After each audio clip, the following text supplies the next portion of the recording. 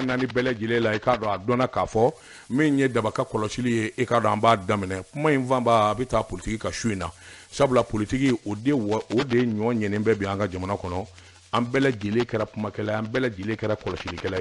malien bele jile kera kodona ala ka keti sabula ni kodona damanda farla nywanga akacha ala fe minye famiyali ani nyata bina do ye ngalunu do ye kiyaye nga ala kiyan kono ye minye anyebe minai amba be fo ka walimando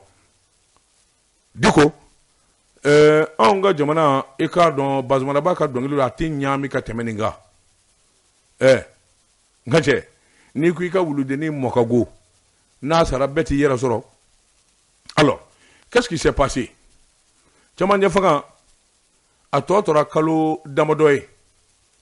amma se chamanje la kosobe akarla ye minye ma minu be ni olude fangata no yo soraso nu ka nyama ye asimu goitai kuma indule ne mana beba kalama maliko no be ani maliko ka fo fanga yele mana chugodi anna anda do la sablo nye forasa ko sebe korofo ikado mini min vora kuna ani mini min jira la kuna ikado okone ambele jile kono fara tew atnye anan galo ando nyini ble kiyen ngalo ando nyini ble banda wulili nyana wa amanye wa ai otanga pumai moktar wan a wulili nyana wa a wuli chugo manye ando no febli ango ambi jamana ko la sa asim sorasu amana tige dawuda dala ko imbaraka ke jamana mi ngono oye mali na fora akatla bi ko betaka dama nyara bi dosoro ala diko e bi dosoro opma andi kinya fo nyoy ni voraye ngilinde kudeta kera domi ibekala ma minu mbala nu ko fanga ka to sora su bolo ka chamanje fanga nge ambola anyofo ngwa ka tu bolo fanga nyama de aka nyama mafe aya di banda ma aya mine aya di moktarwan ma aya mine wa awde kunganga baraka kabina demene fo ka se bima mo na fo daba tukudon sharew ni ikado farafina jere de kulu ya nyine akanga keke chugo mi akerati d'accord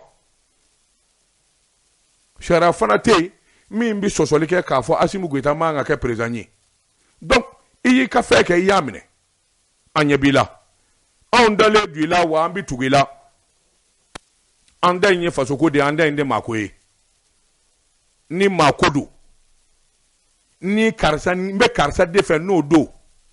nebe moktaran fe ka teme nyebeka kabna ma ke premier ministre ndade laka apurugoto puma fo woni shekene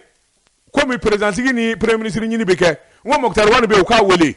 ndade lako fo ngo sabla c'est un bon cadre mbadon je l'ai vu au temps tété il était ministre des affaires étrangères ay barani fe minunga akuma udona mais ni bara manye fe beteka nya harama debulu afara ko wuli kun dikara amanye ko chama ne tenda doula. Je regarde l'avenir. Maintenant, qu'est-ce qu'il faut faire? Voilà le problème. Anglalelu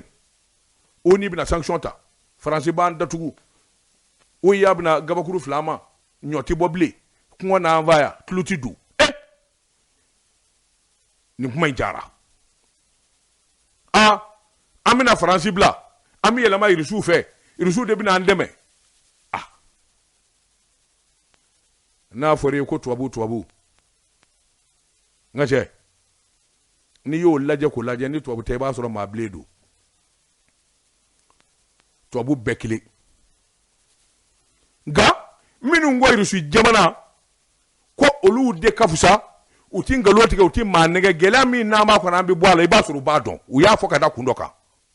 anaka misali bubulu ne to orodon mbe min kalama miseka puma mina oye memma minu ndo che minu mbi jamana ngono samuga sambisaba nubi politiki barala mba kelengele na bele jele do iko ndeke chi emsen repe ne ma fay ngo akana jamana giri shogel ko kala maiga ne ma fay ngo akana jamana giri imam diko ne afay ngo akana jamana giri ngo sabla na jamana giri alaba bi ta ke coup d'état de walma fanga ka tien mais ngo est-ce que ni fanga tiena est-ce que vous avez un plan B nya fo ne radio so kile ngona ngoni coup d'état kara est-ce que il y a un plan B M5 RFP boulot ils n'en ont pas parce que le pouvoir les a pas fanga tout taille enfin fanga ko ngun tout taille sabla so so de fanga coup d'état ke ka mine o yɛrɛ nana kɛ mankan ca fanga tuta ye o dɔnnen don o de kɛra sababu ye o yɛrɛ ye mankan kɛ k'a fɔ a ma ɲɛ ayiwa i k'a dɔn gouvernement sa i ka ka CNT ka ci ne y'a fɔ a ye n ko ni coup d'état kɛra ni plan B t'a bolo an bɛ taa cu gɛlɛya kɔnɔ n ye gɛlɛya min fɔ an ma taa k'a dan dɛ hali ni n ka laɲini tɛ n tɛ ala deli Mali ka gɛlɛya sɔrɔ o par contre dɔ bɛ yen olu ka ala deli de jamana in ka gɛlɛya a ka nɔɔni non nous on prévoit amandage ka miri ni ɲɔana de la ka ni ɲɔrɔ sɔrɔ wala ni ɲɔana de la k'an sɔrɔ o kuma an k'an cogo dɔn n'an ye nin kɛ nin bɛ sɔn k'an sɔrɔ anw ka calcul bɛɛ ye nin ye n tɛ politique tɔnna n tɛ dumuni kɛ politique maa fɛ yen ala ka hinɛ karamɔgɔ bɛɛ fɔla je mange chez moi-même alors si jamais olu ye tiɲɛ ye ni plan B ma y'aw bolo fo plan B min maa wɛrɛ de bolo ko laban nana munumunu ka munumunu ka munumunu ka munumunu fo kana mina yɛrɛ sigi aw kɔrɔ sa a kan ka wasa moi je n'ai rien contre ko premier ministre ya bi di M5 RFP ma mais il y a qu'un problème o y'a sira ɲuman ye il le faut olu de ko k'u ye jamatigi ye olu de ko k'u ye IBK ka fanga bi à César ce qui l'appartient. Premier ministre ya kanga di M5 RFP ma akunganga di politique ma di ma no kera obi politique barake Mokhtar Wane n'est pas politique Bandaw n'est pas politique jamana jora akara jamana jora sengele de kan gaki faut iti lama faut demander faut iti yelama donc avec la venue des hommes politiques comme PM, ça peut aller. Moi, je crois. Ah, nga MCRP, kuma minu mbada, ngunu minu mbara kakifo, afan vela la oka bonde. Nyame kwa fora ko Shogel debna ke premier ministre. Mais non. Wallahi, je n'ai rien contre Shogel Kokala Maïga. Mais je suis contre certaines pratiques. C'est un homme politique. Politiquement, Shogel, qu'est-ce qu'il peut mobiliser politiquement dans ce pays? Akaton est imperdit. Imperdit, fanga djuma mbala, kab se ka mo fara nyanga ka mo giri. Kele. Politiquement, na yibo ande IBK fait, ande IBK fait. Djama djuma mbe ko Shogel ko kala maïga se ko labo. Moi je ne vois pas. Je n'ai rien contre sa personne. Qu'on donne la primature au M5. Mais il va falloir choisir un bon premier ministre. Pas Shogel, pas mon grand frère. Shogel est chien joli, Djamana Kono. A quel ministre est chien joli? Ango papier blanc. Mangawara mimbe no M5 ka kele. Nous yera kungokuti do gouvernement fo kake. Ngana mu ni shwani wale minu mbi jamana kona afora ma minu nye ninge uye ninge fo ka sege M5 dia nyini mais o ma minu ndo ni fo bi fo Shogel to bala hali jusqu'à présent ma fo ko ajela o a MTRP wa ma don ayo ke ikado kuma chama bo yoro ina est-ce que o kuma o fora ka jeya ka fo kuma minu fora Shogel man galodo namara do ikado yen galo de dala est-ce que o fora o ba fo kile. Supposons que M5 ye min ɲini o de jamana i k'a dɔn sow ni ŋanamu ka minɛ jamana kɔnɔ ala k'a kɛ Shogel ka kɛ premier ministre ye a kɛlɛ tɛ dabila o est-ce que waridun kɛlɛ bɛ dabila u ka sɛbɛnfuraw bɔ ka sɛbɛnfuraw bɔ dossier dɔw bɛ yen minnu dulonnen don n'a ɲininkali ma kɛ a sɛgɛsɛgɛli ma kɛ an k'a kɛ Shogel tora ka taa sɔrɔ la il est premier ministre a bɛna kɛ cogo di Shogel ka kɛ premier ministre ye mais sɛbɛnfura kɔrɔw bɛ yen ale re togo be minnu na milliard kasabi chama M5 ni na aw de do ni premier ministre togo tara yo la k'a fɔ a yɛrɛ bɛ nin nganamu sɛbɛn na walima nin kuma in fɔra walima nin ngalon in dara la fo saratigiw k'a wele k'a ɲininka k'a tiɲɛ n'a ngalon bɔ ɲana en tant que premier ministre a bɛ wele wa et voilà le problème ko mana ja cogo o cogo an ka hakili to ko dɔ la premier ministre ya ka di M5 ma a ye maa wɛrɛ ta min do a tiɲɛnen tɛ a ye maa wɛrɛ ta min ni ayiwa kolokala kuma t'a nɔfɛ a ye maa wɛrɛ ta min ma deli ka don ko la a ye maa wɛrɛ ta min kɔni jɛlen don ni maa bɛ se k'a fɔ jamana in kɔnɔ an se k'a fɔ an si jɛlen tɛ nka min kɔni bɛ ni ayiwa kungo caman don nɔfɛ o bɛ se ka kuma ka wasa o tigi bɛ se ka kuma o bɛ se ka tabali gosi ko dɔw bɛ yen maa dɔw b'o dɔn i la ni min kuma cogo dɔw u bɛ hakili jigin a la koyi moi c'est ça mon problème c'est ce que je crains alors Assimi Goïta c'est très bien fanga ka di politique mɔɔw ma i n'a fɔ M5 fanga b'u la u ye baara min kɛ jamana in kɔnɔ o dɔnnen don mais ce qui est sûr et certain kɛwale dɔw bɛ yen o ye keleku ye o bɛ na ni mankan ye walima o bɛ na ni kɔrɛ ye ça c'est un premier point le deuxième point comment le M5 RP comment vous allez faire le partage ko bina tila cogo di ani ɲɔgɔn cɛ jɔnni bɛna kɛ mun ye jɔnni bɛna ta kɛ mun ye an bɛ de kɛlɛ kɛ o n'a sera tɔnɔ bɔ yɔrɔ ma hakilinaw bɛ falen dɔw bɛna sɔn k'u sigi wa yalima dɔw tɛna mankan kɛ wa nin bɛɛ y'a damata gɛlɛya de natɔ ye moi c'est ce qui me fait peur donc le M5 RP nin bɛɛ calcul ni jate kan ka minɛ politique tɔnw de don M5 RP a politique tɔn de ka ca alors ni politique tɔn ka ca élection aw kan k'o labɛn dans 8 mois 5 mois 10 mois ni aw kɛra n'a kɛra ministre ye walima a kɛra premier ministre ye aw dun ye politique maa de ye politique tɔn sigi k'u de ye fanga ɲini n ka kɛ président ye dunda la est-ce que bɛnkan bɛna kɛ yalima aw nin t'a la bilen wa an nin tɛ Mali fanga ɲini na tuguni wa c'est en 2022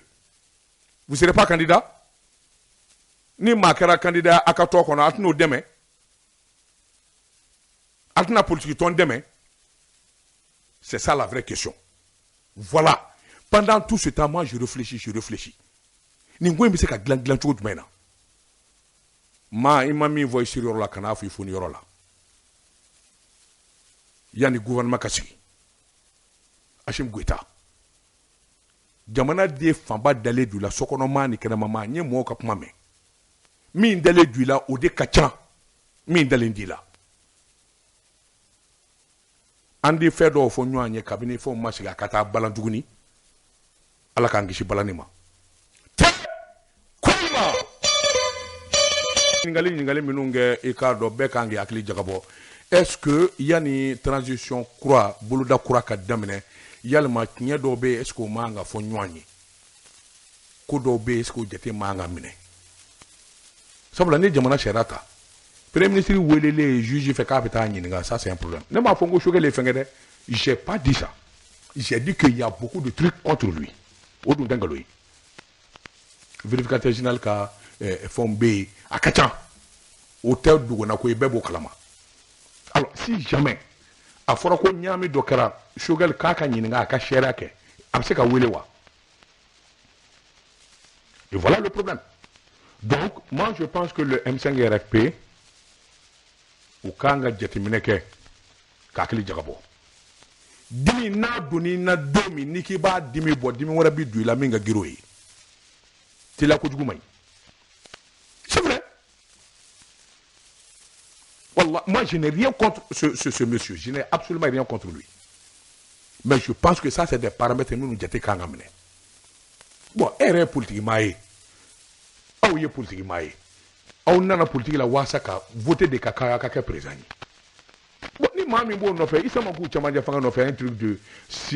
1 an peut-être 6 mois 8 mois Issa Mankoo nɔfɛ c'est réellement ambition b'i la ka jamana mara i bi maaden ɲini i yɛrɛ dan bɛ min na min bɛ se ka baara kɛ i b'o bila a la nka n'i yɛrɛ bilala a la n'a jɛngɛnna kun jɔnni b'a tile M5 RFP la nga anga kuma tiɲɛ fɔ ɲɔgɔn ye M5 RFP a ka fanga ba sɔrɔ morikɛ in don alimami in don Imam Mohamed Diko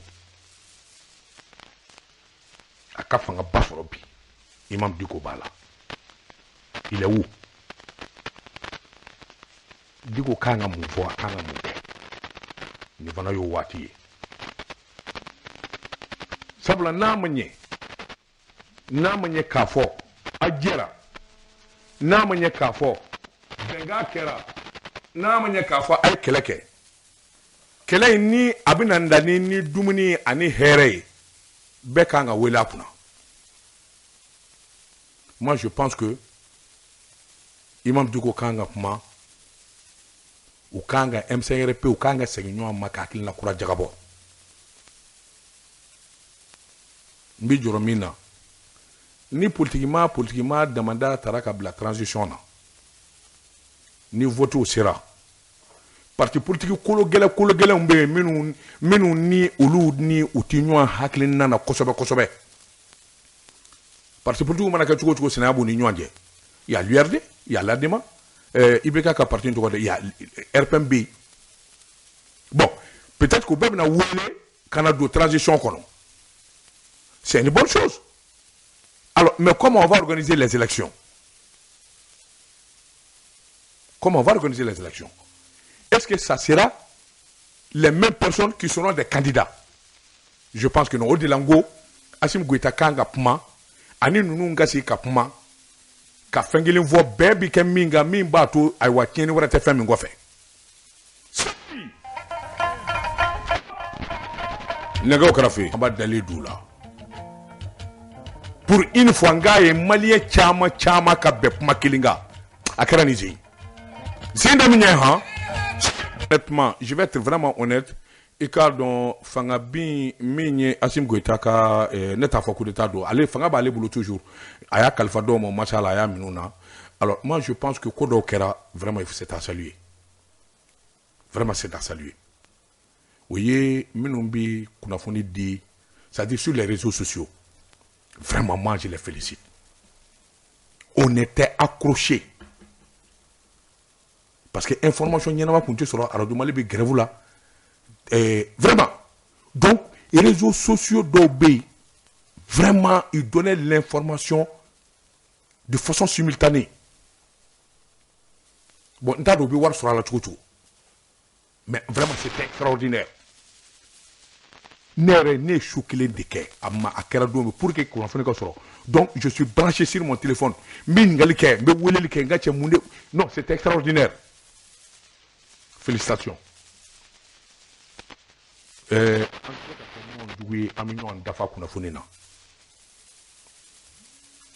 Jean-Si Sedou ni fait un même mingue et réseaux sociaux ni a demandé de se n'ta quelque chose.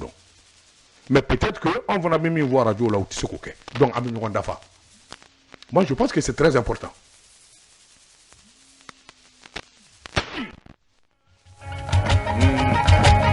Ani tonne kake kanyeshi Abdou Touré ika don hakaja ika wulika joni tesiri fe minye aywangi ni nga subhana machine ibi kuma bi jala vraiment c'est extraordinaire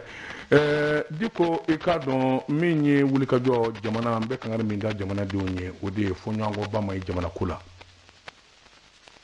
wati do sirasa anga ñuan lame wati do sirasa anga ñuan hakilina laje fon fon mana ke ko mai karamoke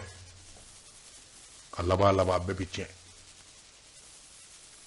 anga hakilitula sorase minu vleni Francis sorasu te Burkina sorasu te Kurwari sorasu te Mali sorasu de do ala ka kulu ala bakilin do ana che ni Mali bichi ubichi abichi ulu ba kono e ba kono ne ba kono na foro ko Mali ko bana ulu bi ban e bi ban di ko ne bi ban minum bi panga pour ta bébé de bi ban. Donc il est temps qu'on se dise la vérité. Djouya Hashidia Ango Dabla. No Dabla là, à Kacha à la fin. an bɛɛ bɛ hɛrɛ kan k'a ɲini jamana in de a bɛ ɲɛ mɔɔw ka kuma ɲɔgɔn fɛ mɔɔw ka kuma ɲɔgɔn fɛ nka an ka natabaya dabila an ka kuma ɲɔgɔn fɛ ka tiɲɛ fana fɔ o de ɲɔgɔn tɛ